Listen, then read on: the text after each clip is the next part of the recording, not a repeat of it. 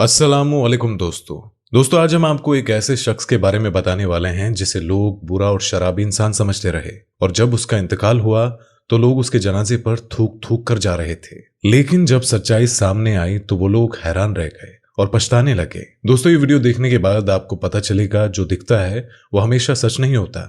इसलिए आपसे गुजारिश है कि आप इस वीडियो को आखिर तक जरूर देखते रहे।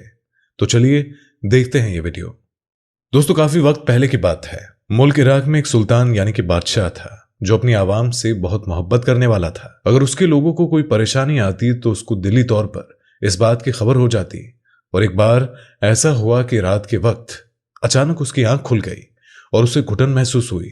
वो सोचने लगा कि या अल्लाह, ये क्या मामला है, मैं अपने दिल में बेचैनी क्यों महसूस कर रहा हूँ। ये सोचकर उसने वुजू किया और नमाज़े तहज्जुद अदा की। लेकिन बावजूद इसके घुटन कम ना हुई। उसे महसूस हुआ कि मुझे अभी महल से निकल जाना चाहिए और वजह पता नहीं चल रही थी। उसने अपने एक सिपाही को बुलाया और कहा कि आज मैंने गलियों में घूम कर देख लिया, लेकिन मुझे ऐसी कोई बात नजर नहीं आई, मगर मेरा दिल बहुत घबरा रहा है। मैं तो सो रहा था, लेकिन मुझे ऐसा लगा कि कोई है जो मुझे मदद के लिए आवाज दे रहा है, कोई है जिसके साथ नाइंसाफी हो रही है और लोग उसे देख नहीं पा रहे हैं। तो सिपाही कहने लगा, चलिए महाराज, फिर चल के देखते हैं। तो सुल्तान कहने लगा, नहीं अभी नहीं, फज्र की अजान हो जाए उसके बाद चलेंगे। सिपाही ने कहा कि ठीक है, जैसी आपकी मर्जी। फज्र की अजान हुई और उन्होंने नमाज अदा की और फिर भेस बदल कर इराक की गलियों में निकल खड़े हुए। लेकिन समझ में नहीं आ रहा था कि दिल इतना क्यों घबरा रहा है। लेकिन जब शहर के दूसरे किनारे पर पहुंचा तो देखा कि एक बहुत बड़ी अंगूर की घनी बेल है और उसके नीचे एक आदमी गिरा पड़ा है। बादशाह करीब गया और सिपाही से कहा कि देखो, ये बेहोश है या मर चुका है। सिपाही ने करीब जाकर देखा तो सांस नहीं ले रहा था। सिपाही बोला कि सुल्तान, ये मर चुका है। बादशाह को बहुत अफसोस हुआ। ओह, अगर हम वक्त से पहले पहुंच जाते तो शायद ये बच सकता था। बादशाह को यह बात अजीब लगी कि अंगूर की बेल के नीचे एक आदमी मुर्दा हालत में है। और उससे भी ज्यादा अजीब बात यह थी कि फजर की नमाज के बाद जितने लोग वहां से गुजर रहे थे, जिन्होंने नमाज पढ़ी थी या जिन्होंने नमाज नहीं पढ़ी थी, वो सब लोग उस मुर्दे पर आवाजें कसते हुए जा रहे थे। लेकिन वो लोग बादशाह को नहीं पहचान पाए क्योंकि बादशाह ने हुलिया बदला हुआ था। उसको बड़ी हैरत हुई कि लोग इसको जानते हैं और ये इस तरह से मुर्दा पड़ा हुआ है और इसे उठा नहीं रहे बल्कि आवाजें कस रहे हैं। वो हैरत में डूबा हुआ था। उसने उन लोगों को अपने पास बुलाया और कहा, अरे भाई इधर आओ। लोग उसके पास आकर जमा हो गए, लेकिन वो सुल्तान को पहचान नहीं सके। लोगों ने पूछा कि क्या बात है, हमें क्यों बुला रहे हो। सुल्तान ने कहा कि इस दरख्त के नीचे ये आदमी मुर्दा पड़ा है, यकीनन इसकी मौत की खबर तुम सबको है, लेकिन तुमने इसे उठाया क्यों नहीं। कौन है ये शख्स और इसके घर वाले कहां हैं? तुम क्यों उसको बुरा भला कह रहे हो, क्यों लानत कर रहे हो? क्या तुम्हारी इंसानियत मर गई है? लोगों ने कहा कि आप नहीं जानते, लगता है इस शहर के नहीं है। ये बहुत बुरा और गुनहगार जानी इंसान है, ये शराबी है। सुल्तान ने कहा कि क्या ये उम्मत मोहम्मदिया सल्लल्लाहु ताला अलैहि व आलिहि वसल्लम से नहीं है? और क्या तुम्हारे नबी सल्लल्लाहु ताला अलैहि व आलिहि वसल्लम ने तुम्हें इस बात का दर्स नहीं दिया है कि इंसानियत भी कोई चीज होती है? यहां पर ये मुर्दा पड़ा है, लेकिन किसी को कोई तौफीक नहीं हुई कि इसके कफन दफन का इंतजाम करे या इसके घर वालों को इस बात की खबर करे। चलो इसे उठाओ और बताओ कि इसका घर कहां है। न चाहते हुए भी लोगों ने सुल्तान के लहजे से मुतासिर होकर उसे उठा लिया और घर की तरफ चल पड़े। लोगों ने मैयत घर तक पहुंचा दी और दरवाजा खटखटाया तो अंदर से उसकी बीवी निकली। दोस्तों, अगर वीडियो पसंद आ रही हो तो इसको लाइक करते रहे। उसकी बीवी ने शौहर की लाश देखी तो रोने लगी। लोगों ने कहा कि बिला वजह रो रही है। अरे, किसी बदबख्त के लिए रोने से बेहतर है कि इंसान इसकी मगफिरत के लिए दुआ कर ले, न जाने बख्शा जाएगा भी या नहीं। बहुत बुरी हालत में दुनिया से गया है। सोचो, अंगूर की बेल के नीचे इसकी मौत हुई है। लोगों ने कहा कि हमने इसे यहां तक पहुंचा दिया है, अब हम इसके जनाजे में शरीक नहीं होंगे। हम नहीं चाहते कि हमारी कब्र में भी सांप बिच्छू आए। ये शख्स बहुत बड़ा बदकार था, हम इसकी नमाजे जनाजा में शरीक नहीं होंगे।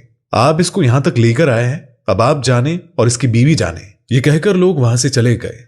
लोग तो थूथू करते हुए जा रहे थे, लेकिन सुल्तान को यह बात समझ में नहीं आ रही थी कि इसकी बीवी इतना तड़प तड़प कर क्यों रो रही है। कोई तो वजह होगी। थोड़ी देर के बाद जब वो खामोश हुई तो सुल्तान ने कहा, क्या तुम मुझे बताओगी कि इसके साथ ये क्या मामला हुआ है? एक दरख्त अंगूर की बेल के नीचे इसकी मौत हुई है, क्या वजह है? क्या तुम मुझे बता सकती हो? वो औरत कहने लगी, मैं गवाही देती हूं कि बेशक ये नेक लोगों में से हैं। अब तो सुल्तान को और ज्यादा हैरत हुई। सुल्तान ने कहा, और अभी जो लोग बातें कर रहे थे वो बातें मैंने सुनी और लोग इसे बहुत बुरा भला कह रहे थे कि ये शराबी था, जानी था, औरतों के पास जाता था और हर रात किसी औरत के पास जाकर बदकारी करता था। फिर ये शराब भी पीता था और शराब को बेचता भी था, कारोबार भी इसका हराम था। और तुम कह रही हो कि ये नेक लोगों में से है। मैं ये बात समझ नहीं पा रहा कि ये कैसे हो सकता है। लोग तो इसके बारे में ये बातें कर रहे थे और इसकी मैयत को हाथ लगाने तक को तैयार नहीं थे, और तुम देख रही हो ना कि लोग थूकते हुए इसकी लाश पर से गए।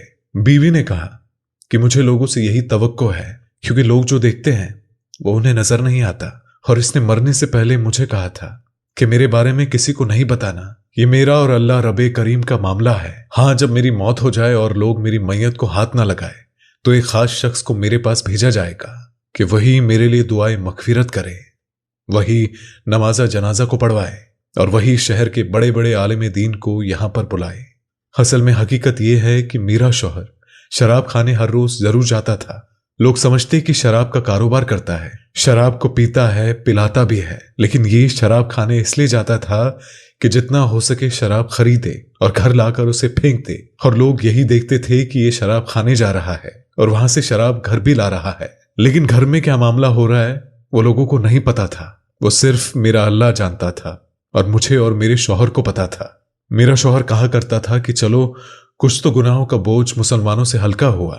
मैं शराब खाने गया हूं और अल्लाह ने मुझे जितना नवाजा हुआ है, अपने उन पैसों से शराब खरीद कर लाकर मैंने सब यहां पर दफन कर दी है। कम से कम जितनी शराब यहां पर दफन हुई है, इतने लोग शराब तो नहीं पी सकेंगे, और इस गुनाह को कम करने में मैं कुछ तो किरदार अदा कर रहा हूं। बादशाह ने कहा, और फिर वो बदकार औरतों के पास जाना, तो क्या तुम्हारा शौहर जानी नहीं था? औरत ने कहा, हरगिज नहीं, वो जानी नहीं था, बल्कि जिन्ना को पसंद ही नहीं करता था। वो हर रात एक बुरी औरत के पास जाता जो अपने जिस्म का सौदा करती थी, और यहाँ के रहने वाले लोग जो दिन की रोशनी में खुद को बहुत शरीफ जाहिर करते हैं, वो लोग रात में उस औरत के पास जाते, लेकिन मेरा शौहर उस औरत को उजरत देता। अल्लाह ने मेरे शौहर को बहुत नवाजा हुआ था, पैसों की कमी नहीं थी। उसने उन पैसों को उन औरतों को देकर गलत काम को छोड़ने के लिए मजबूर किया। वो कहता कि ऐ औरत, मैं तुझे पैसे दे रहा हूं जिसके लिए तू अपने आप को बेच रही है, तू ये काम ना कर, मुझसे पैसे ले, उजरत ले और अपना दरवाजा बंद कर ले, ताकि कोई तेरे पास ना आए। और मेरे शौहर को उस बदकार औरत के पास लोग दिखते और यही समझते कि वो अंदर चला गया है और जिना कर रहा है, जबकि मेरा शौहर उसको बहन बनाकर ये कहता, मेरी बहन, तेरी रिज़्क़ का इंतजाम तो अल्लाह ताला करेगा, और तेरा ये भाई हर रात तुझे उजरत देता रहेगा, बस तू अपने दरवाजे को किसी नामहरम और गैर शख्स के लिए नहीं खोलेगी। औरतों को पैसे मिल जाते और उस रात वो जिना नहीं करती। और मेरा शौहर कहा करता, अल्हम्दुलिल्लाह, आज उस औरत का और नौजवान मुसलमानों के गुनाहों को मैंने कुछ तो रोका। लोग उसको उन जगहों पर आता जाता देखते थे। मैं उससे कहती कि याद रख, जिस दिन तू मरेगा तो लोगों ने ना तुझे गुस्ल देना है, ना तेरी नमाज़े जनाजा पढ़नी है, और ना ही तुझे दफनाना है। तो वो मुस्कुरा देता और मुझसे कहता कि घबरा मत, तुम देखोगी कि मेरा जनाजा बड़े बड़े उलेमा इकराम और वक्त के सुल्तान पढ़ेंगे। ये सुनकर सुल्तान रो पड़ा और कहने लगा, वाकई सच कहा, मैं ही वो सुल्तान हूं। मेरे दिल में कल अजब सी घुटन हुई। तहज्जुद के वक्त मुझे बेदार किया गया, मेरे दिल को तड़पा दिया गया। तू सच कहती है, कल हम इसको गुस्ल देंगे और हम इसकी नमाज जनाजा भी पढ़ाएंगे और इसकी तदफीन भी करवाएंगे। तूने सच कहा कि अल्लाह ताला ने इसको जो मर्तबा दिया है वो लोगों की नजर से पोशीदा था।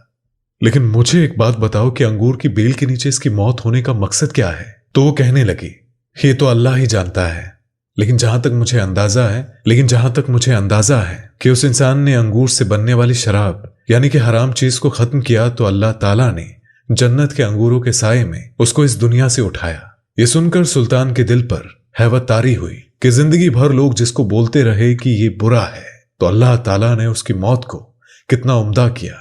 खुसूसी तौर पर शहर के सबसे मौजिन लोगों को उसके जनाजे में शिरकत के लिए भेजा जाएगा। सबसे बड़ी बात, सुल्तान के दिल में ये बात डाली गई कि वो भी तहज्जुद के वक्त जब अल्लाह ताला अपने बंदे के बहुत करीब होता है, वही लोग जो उसको कोसते हुए जा रहे थे पलट कर आए और नमाज जनाजा हुआ। जाहिरी तौर पर अपनी आंखों से देखने वाले आज नादिम थे कि हम इसको बुरा भला कहते रहे, लेकिन इसके जनाजे को तो वक्त का बादशाह, वक्त के वली, उलेमा, इकराम, न जाने कितने खास लोग पढ़वा रहे हैं और पढ़ भी रहे हैं।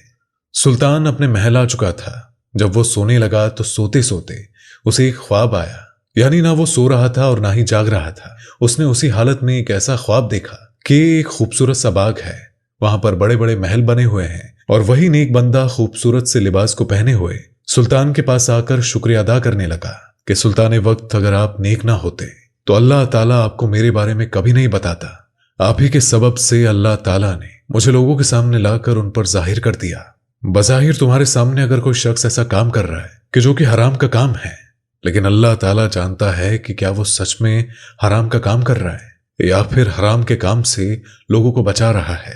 बादशाह सलामत, आपका शुक्रिया। ये कहकर अल्लाह का वो नेक बंदा वहां से गायब हो गया। तो दोस्तों, इस वीडियो में बस इतना ही। अस्सलामु अलैकुम, अल्लाह हाफिज।